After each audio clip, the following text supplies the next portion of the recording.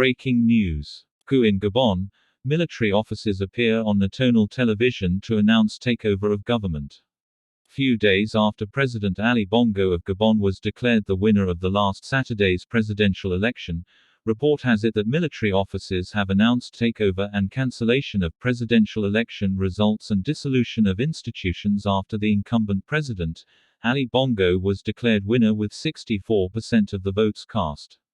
Reports of gunfire was reported in Gabon's capital city, Libreville, as senior military officers appear on national television to say they have taken over. During the last Saturday election, the Gabon's President Ali Bongo was seeking a third term in elections that could extend his family's 55-year political dynasty. The Central African nation's 800,000-plus eligible voters also elected local lawmakers, National Assembly members and the next president, but they are all dissolved now by the military takeover.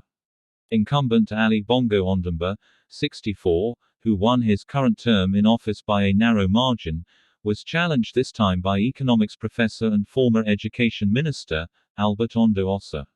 Ossa's surprise nomination came just a week before the vote and followed a closed-door meeting of heavyweights in the opposition coalition. Bongo has served 2 7-year terms of 14 years and seeks to extend his family's 55-year political dynasty with a third. Bongo, then the Minister of Defense, came to power in 2009 after the death of his father, Omar Bongo, who ruled the country for 41 years. Ossa says his goal is to break Gabon out of the status quo. He says that if elected, he would first dissolve the National Assembly, redraw the electoral map and organize new legislative elections, to form a government committed to addressing economic inequality. Every vote held in Gabon since the country's return to a multi-party system in 1990 has ended in violence. Clashes between government forces and protesters following the 2016 elections killed 4 people, according to official figures. Opposition politician Jean Ping blamed election manipulation for his loss at the time, by less than 2% of the vote, and said the real death toll was much higher.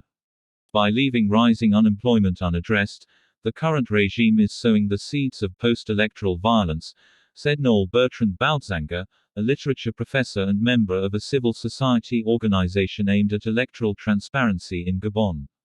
President Bongo's objective is to keep power at all costs, Boudzanga said. Nearly 40% of Gabon's youth, aged 15 to 24, were out of work in 2020, according to the World Bank, a marked increase since Bongo took office. In Libreville, before the election, some residents were stockpiling supplies and securing their property. Others are leaving town.